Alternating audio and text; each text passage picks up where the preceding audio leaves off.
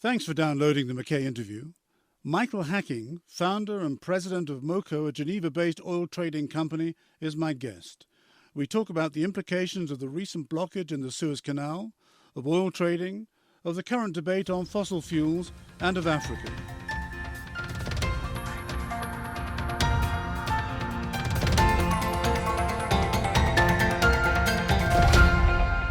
Hello, everyone. Virtual meetings do have their blessings, even though I might sometimes sound like an unenthusiastic supporter.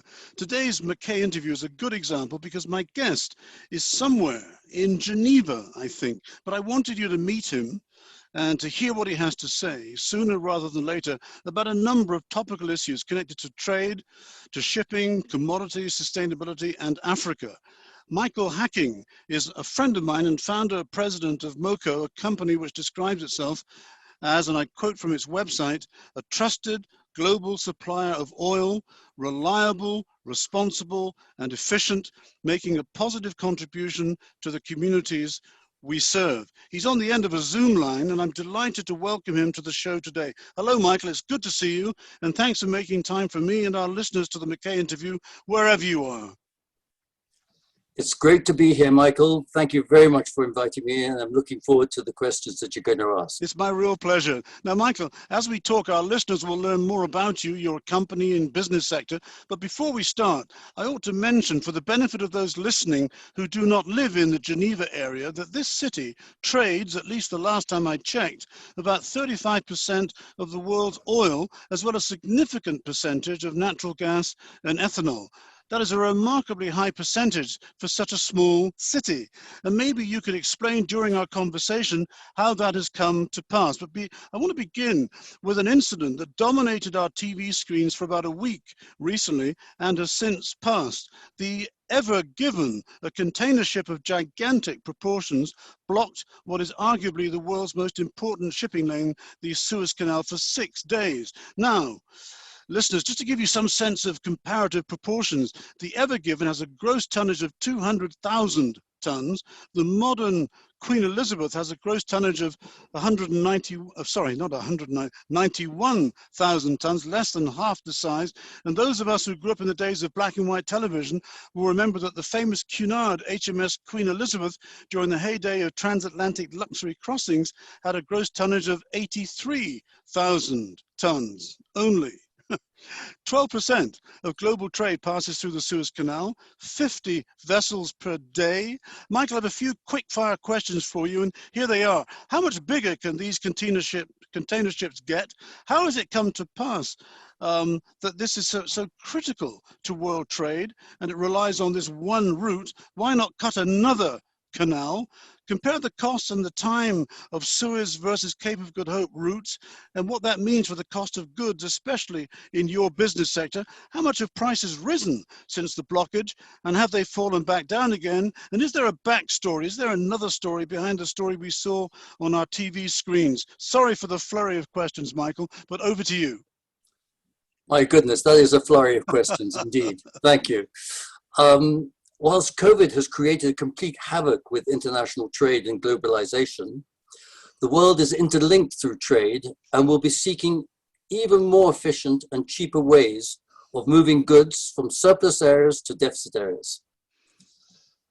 Vessels are going to get larger, and indeed there are plans to build container vessels that will carry 24,000 containers, 20-foot containers.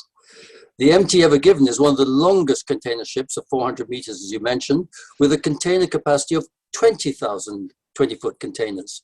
So just say that again. It's going to go from 20,000 up to what? 24,000? 24,000. Yeah. If you laid out all these 20-foot containers side by side, it would stretch for 90 miles. It's a very huge number of containers. But perhaps a little history on the Suez Canal. The canal opened officially on the 17th of November, 1869. In 1967, there was a 6-day war which closed the canal for 8 years. During this time, 15 vessels were trapped inside the canal and were unable to leave for 8 years. 8 years? I'd forgotten that. I was a young boy, but I'd forgotten that. Yeah, so the Ever Given should consider should consider itself lucky if it gets out in a shorter period of time. Well, I hope the Japanese owners are listening, Michael. In 2014, it was expanded and widened at a cost of $9 billion, and the new Suez Canal was opened in 2015. The expansion increased the number of vessels able to pass through the canal from 49 to 97 ships per day. A total of the world's, 15% of the world's traffic goes through the canal, and this is approximately $9 billion of goods a day goes through, or 4 million tons of cargo goes through. Daily? Daily. Gosh. And on the 23rd, of course, the Ever Given was the fifth in the convoy of 15 vessels passing through the canal, going to Rotterdam from Tanjung, that's in China. It was hit by a strong and sudden wind. It seemingly lost its ability to steer, causing the hull to deviate from the waterway and hit the bottom. It ended with its bow wedged on one bank and the stern touching the other. And with your long experience, Michael, that's quite conceivable that a strong gust of wind can do that to a vessel of that size? Well, indeed, it's not clear whether this was an act of nature or of human error. And that's being investigated now, is it? That will be investigated. Yeah. 6 days after the 23rd, that's on the 29th of March, after dredging and assisted by a spring tide, luckily, the ship was partially freed. The bow was released later the same day, and after checking for canal damage, the Suez was reopened to shipping. In spite of this accident and closure of the canal, the waterway has always and remains today a crucial shipping route for oil and global trade. It's the most direct route to delivery of oil from massive fields in the Persian Gulf to Europe. Going through the Suez saves something like 11 days at 20 knots. 11 days with at an 20 extra knots. cost of approximately $1.5 million if you're to go around the Cape. If your destination is the Med or Northwest Europe. So that figure of whatever it was, $1 million, that's per vessel. Per vessel. Going around. So if you choose to go around the Cape, or you have to go around the Cape, it'll take you 11 days extra, sailing at 20 knots, and it'll cost you somewhere in the region of 1.5 million to go around the Cape. Yeah. Yeah. But the operators have a significant advantage because they charge fees for going through the Cape, through the Suez, and they can just charge fees which are just a little bit less than it would cost a vessel to go around the Cape. Yeah. So they can always remain competitive. In short, the canal is here to stay. So I guess implicit in your answer is that there's no real interest on the part of the sovereign state there, I guess that's Egypt, to cut another route. No, there was a pipeline that was cut some time back. This is when Israel and Iran were friendly. There was a pipeline that was cut, but this is not sufficient to create another canal to take the size of vessels that we're referring to. Okay. So the consequences of this accident are considerable and very costly. And here's some of my just give me a sense of that. Prices and the blockage, and if there's a hidden story that the ordinary punter watching on television isn't aware of. Yeah, absolutely. Well, here are some of my views on what of the damage that the accident has created. Already, the Japanese vessel owners have received a claim of $916 million from the Suez Canal authorities. The insurance market is absolutely in the doldrum at the present time. Reinsurance markets will have claims from the P&I Club. The salvage costs will be picked up by the hull and machinery insurance groups. And all these insurance companies will receive huge claims from different parties. And in one article in the Financial Times recently, it suggested the claims could be up to hundreds of millions of dollars. Much of the product in the containers will have been perishable. And these products will have no value whatsoever after a while. Yeah. We understand COVID vaccines were on board. They will have been destroyed. Further claims will ensue. The effect of the closure was to increase crude prices up by 6% to $64 a barrel at the time. It also triggered a new surge in container spot rates, which are the highest since recording started in 2009. And in simple English, for those of us who are not in the commodity trade and business and don't understand the jargon, what is a spot rate? It's the rate that you pay today if you had to use one of the containers. Thank you. Shipping rates are a major component of our trade costs. So the new hike poses an additional challenge to the world economy as it struggles to recover from the pandemic. 80% of the goods that we consume are carried by ships. Most businesses will not be able to bear the brunt of the high rates and will certainly pass them on to the consumer if they can afford to pay them. Other claims will come from charterers. This is an interesting point. Other claims will come from charterers who were stuck and missed their delivery dates. There will be claims against them. There'll be rejection of vessels, rejection of cargo. And further, on an HR point, the vessel has been held since the 5th of May. That's 37, vessels have been held since March, but we're now 37 days later. And of the 26 crew members on board at the time of the accident, 21 are still being denied the right to disembark. I see. And this is against all normal operating in HR rules. I see. Okay. And lastly, the whole supply chain has been dislocated over the last 12 months. Can you imagine? And now it has been aggravated by this accident. Before, businesses were suffering from supply chain failures due to the drop in demand resultant from COVID. Yeah. Containers were in the wrong place at the wrong time. This left manufacturers scrambling to deal with shrinking inventory and delayed orders. I've experienced that myself in France. When I've gone to look for white goods, you can't find them. You just have to take what's given. In Germany, shortage of products have forced manufacturers to cut production. Indeed, this dislocation and failure in the supply chain has forced companies to resort to air traffic, which is substantially more expensive, and rail freight, which is considerably slower. In short, the mind boggles at the lawsuits that will be filed around the world due to this awful event. So not to be too short, but time is pressing today, Michael. It's been really a catastrophe of catastrophes, one on top of the other. Michael, let me turn to a bit more nearer to your own business, because you're essentially in the oil trading business. How would you categorize the modern debate on fossil fuels? I mean, I pose this question to you rather like a school examination question. Rationality versus emotion. Discuss. How would you answer that question, Michael? I know it's a big one, but give it a go. Gosh, it's all very difficult. And indeed, there's a lot of emotion in all this. Yes. And little rationality. Fossil fuels have had a clear negative impact on global CO2 emissions. This is a reality. It's now important to harness the skills and the knowledge and the capital from these highly evolved embedded industries to help accelerate a transition to a more sustainable future.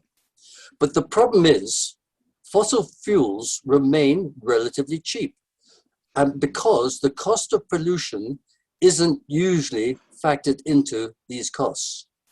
There are many alternative fossil fuels with far lower carbon footprints, and this includes electricity generated by nuclear power plants.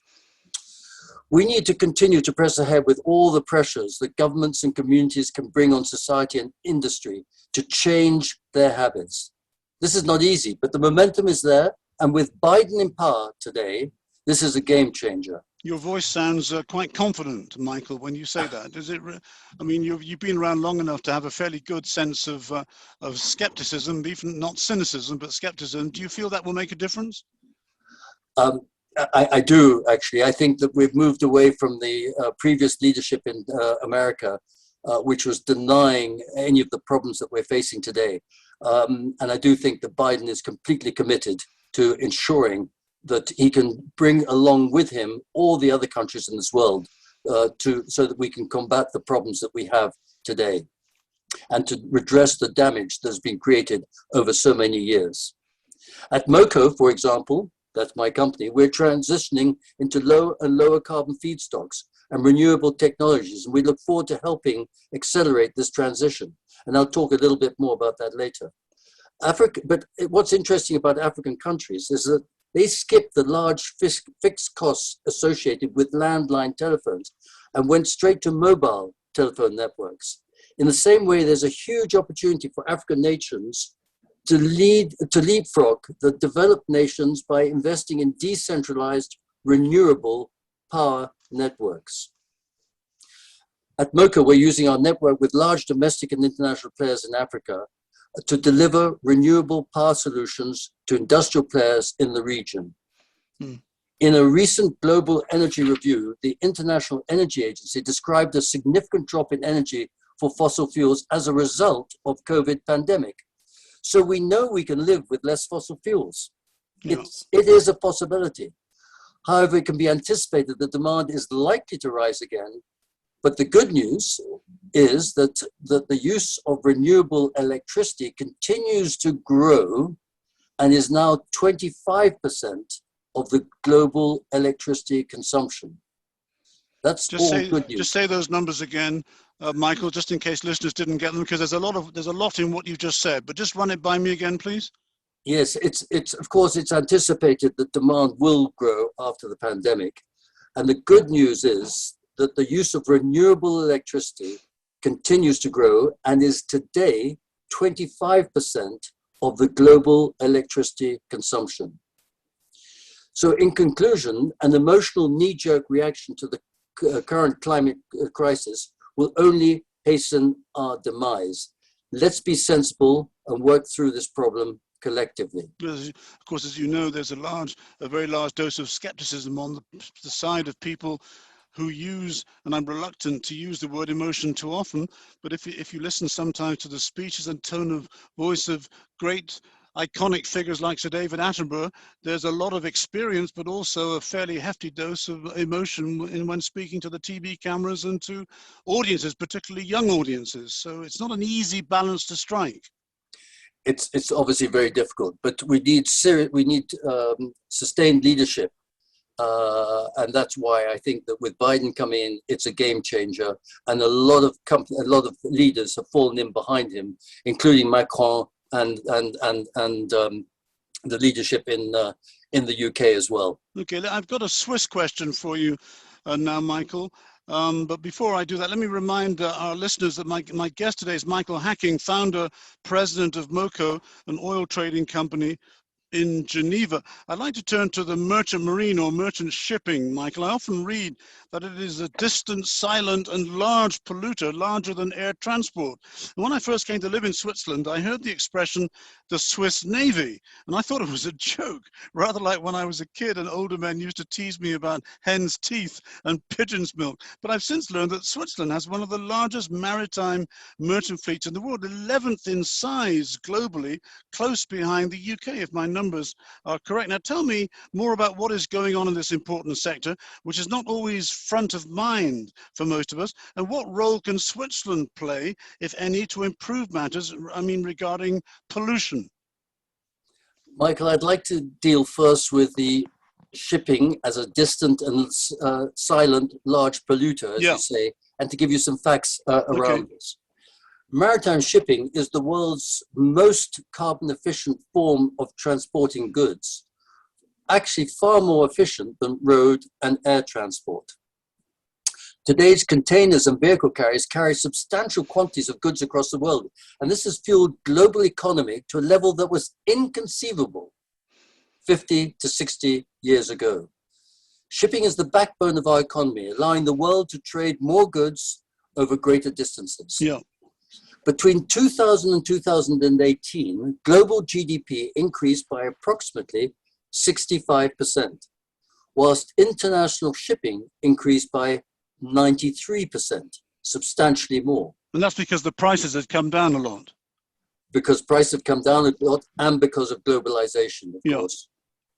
Continued efforts are being made to reduce the carbon dioxide further through the following initiatives. Significant improvements to fuel quality with a subsequent reduction in emissions. New and larger and more efficient vessels with attention to naval architecture for reduced drag. Slow steaming is encouraged to achieve optimum fuel consumption per mile. And what is slow steaming, for those of us who don't know that expression?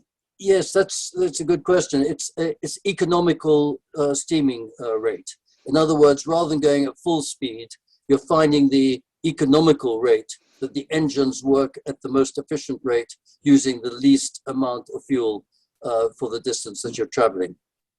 Thanks, Michael. And then mechanical modifications to existing ships are also being done. New ship builds since 2013 are approximately 30 to 40% more carbon efficient than those that they are replacing. And the shipping, sorry, go on, Michael. Just finish your point. Well, sorry, the shipping industry is committed to seeking further improvements in the fuel efficiency and reduced carbon footprint.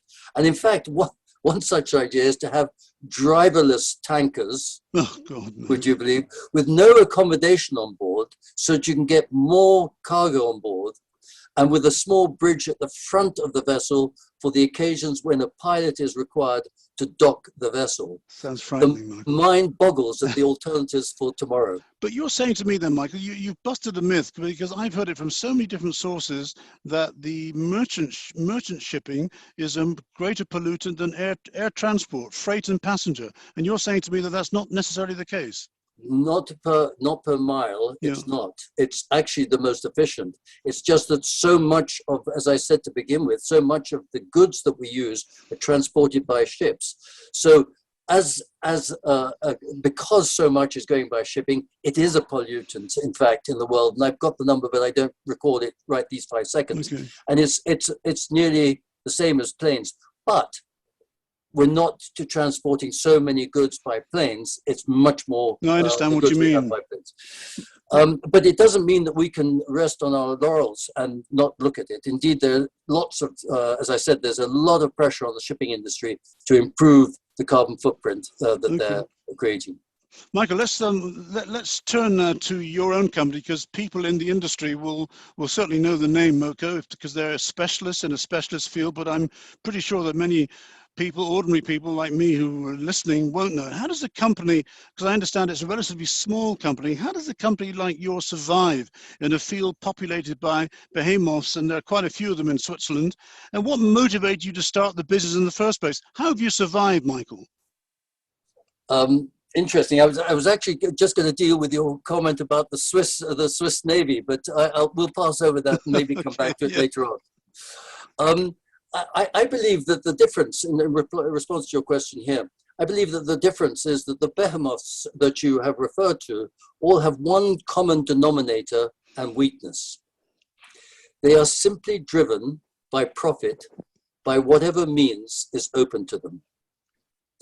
A recent book called The World for Sale, written by Javier Blas and Jack Farshi, you know them, a couple of expert journalists have gone into detail on how these companies, many of them based in Switzerland, have grown and made their money over the years.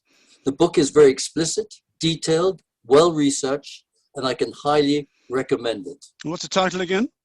The World for Sale, okay. by Javier Blas. That's quite a contentious title. Good. Okay. It's very much up to date. The company that I formed in 1998 started with minimal capital, with a strong belief that we could do business differently. It was all about money. It was not all about money, but more about trust, developing long-term relationships, and adding value to the delivery and logistics process. At an early stage, we understood the value of reputation. We did not go after all businesses that were presented. We did not seek to cut corners. We did not use old ships that were cheaper. We had a policy that worked, and we followed it.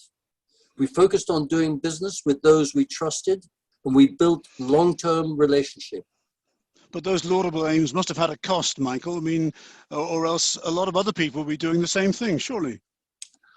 Well, I think a lot of people are trying to do the same thing, but if your major driver is simply to make profits by whatever means is open to you, then I think that that's where the difference comes, as far as we're concerned. And you know, at an early stage, we gave back to the communities where we operated.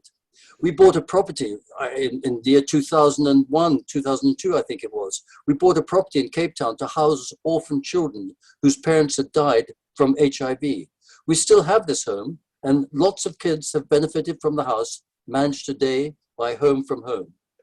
And there's but we're different from other organizations. And a recent article by James Brading that you know as well, Michael, I know, the author of Swiss Made, the untold story behind He's been on the show Swiss a couple of success, times. has just written an article called Houston, We're in Trouble. Yes, I have it here on my desk. Yeah. Well, as you know, this article is about how a bank in Switzerland has lost its way and has for many years focused simply on making money and not on building trust or long-term relationships. The outcome was thus that huge bonuses were paid for those that made money and little consideration was given to manage the bank for the welfare of their shareholders, the community, and the country. And of course, they're not the only ones. They're not the only ones. No, Michael, exactly. look, I'm watching my clock here. We've got just a few minutes left, and you've touched already on Africa, and I wanted to come on to that before we close. It's been an admission of mine over the years on this show that we don't talk about Africa enough. Now, let me try to redress that balance now. You're close to Africa. You just mentioned a project in Cape Town. You do a lot of business on the continent. Just tell me briefly what type of business. How do you see the progress of that continent over the coming decades? Let's say the next generation of about 25 years, what's realistic rather than aspirational in terms of economic development and the well-being of the people of sub-Saharan Africa? That's 46 out of the 54 countries, and I'm acutely aware that there are many differences among those 46, but give me a sense in the closing minutes of our conversation of how you see the future of Africa. Thank you for the question, Michael. It certainly has been a mission of yours to have neglected Africa all this time, because it's an amazing continent with wonderful people and fantastic opportunities. Well, I've been there many times, but just the program hasn't. Africa is very dear to my heart, and the continent has always been a huge fascination and a driver for me. I've had the good fortune to have spent quite some time in South Africa and in Kenya in my early days with my university degree from Cape Town, and then moving back to Switzerland to complete my MBA at IMD in Lausanne. Most of my business life has been in and around Africa. At Cargill, we exported maize from Zimbabwe to the Far East, understanding and managing the logistics through Southern Africa. Soon after, I entered the fuel business, and this kept me focused on Africa. In Africa, there's a lot of crude, but they lack the finished product. That is jet fuel, gas oil, and gasoline. They don't have the refining capacity to produce what the consumers need. Yeah. Since forming MOCOH, our focus has been fully on the African continent, developing key relationships throughout the continent, spending much of the time understanding the complexities and surrounding the logistics of the supply chain. I can understand how that many people feel that Africa is simply riddled with corruption. I met a journalist once who said about Africa that it should be folded over and zipped up. How wrong she was, and I told her so at the time. We're no longer speaking. Briefly, let me go over some of the facts and challenges. Please. The first generation African leaders were guided and influenced by outgoing colonial leaders who sought preferential long-term trades benefiting the colonial powers. Little was done at arm's length, or in the interest of the countries that they were leaving behind. There are very poor educational facilities in Africa, and this needs to be redressed. And indeed, at MOCOH, we're doing lots in this field.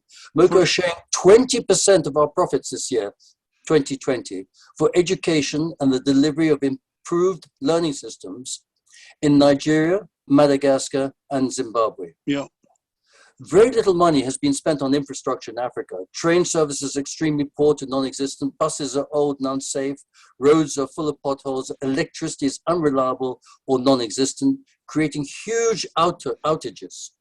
It's difficult to build on a legacy of poor infrastructure. But the continent is rich in natural resources, Michael. Yes, I understand. And has a huge tourist destination as well. Just in South Africa, 10 million international tourists came to South Africa in 2018. That's 2.8% of direct contribution to South Africa's GDP. 5% of the world's top oil-producing countries are in Africa. That's 9.6% of the world's crude output comes from Africa. However, exploration and production by major oil companies has done little to enrich the host country. Yeah. Africa ranks in quantity of reserves for copper, bauxite, cobalt, diamonds, phosphate, rock, and PGM. That's platinum group metals. All these metals are tomorrow, is what the world is looking for tomorrow. The Chinese have understood this and have invested at the source. And again, none of these precious resources have in any way benefited the host country.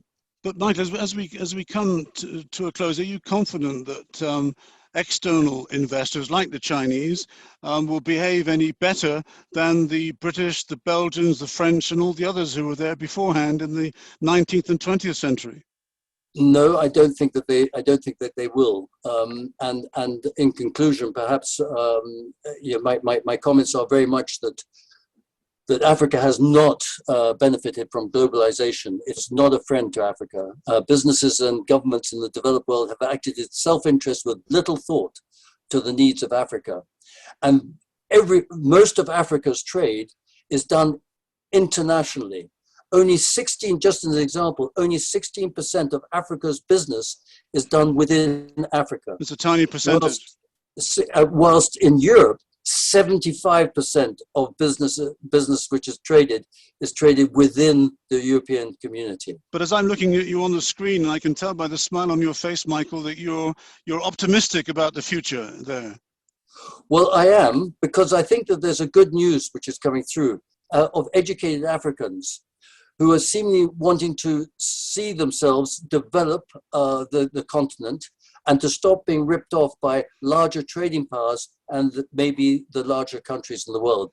And so they've created a new African continental free trade area. This is an agreement that's brought together 54 of the African countries, where they've signed a protocol agreement to drop trade barriers between member states and to facilitate trade between them. This is very exciting. This is going to be one of the largest free trade agreements in the world. Michael, it sounds like a topic for another interview separately on that. It's been an education listening to you. We could talk much longer, but we're out of time. So thanks very much for being my guest. My guest today has been Michael Hacking, founder, president of MOCOH, a global supplier of oil based in Geneva. Thank you again, Michael. It's been an absolute pleasure. There's a lot more I could tell you, Michael. Now, I'd love to carry on, but I know the time runs out and people will probably be very bored. Take care, all the best, and have a great time. Bye. Thank you for listening. Please share the show with those around you. And if you have any questions or feedback, write to me at contact@mckays.ch. I promise that I will reply to you.